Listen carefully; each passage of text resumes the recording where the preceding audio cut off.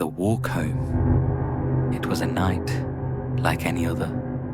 George sat with friends at the Waterman's Inn, a riverside pub they visited religiously every Friday.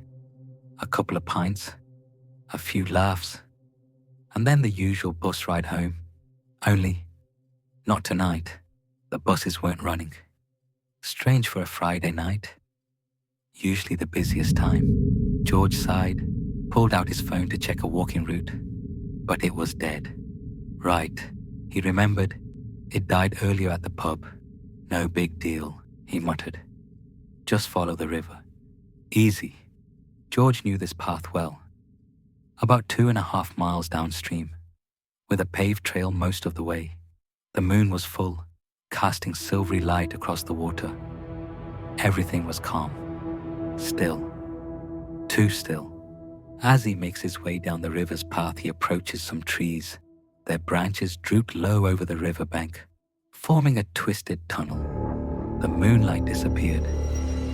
Shadows stretched. The paved path gave way to uneven ground. George pressed on, but something was off. He'd camped alone in Scottish forest before, hiked in the dark, up mountains and in woods. This wasn't fear of the dark. It was something else, something primal. His heart beat faster.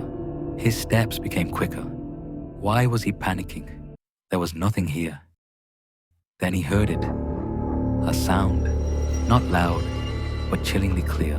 A voice, disembodied, distant. He could not hear what it was saying.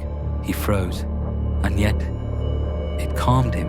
He moved toward the voice. He wanted to understand it.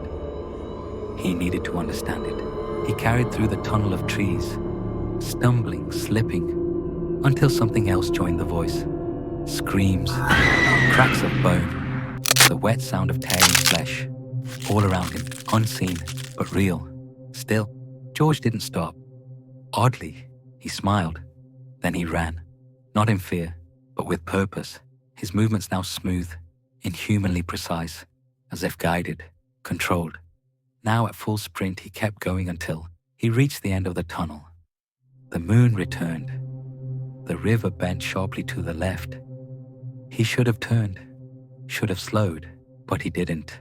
He ran straight off the edge, into the river, but there was no splash, no ripple, no sound, just silence. Below the surface, arms reached out, twisted limbs, tormented faces. Yet they still clung to him, dragged him downward. George, still content, his smile never faded as he finally understood the voice. Into the silt of the river he went.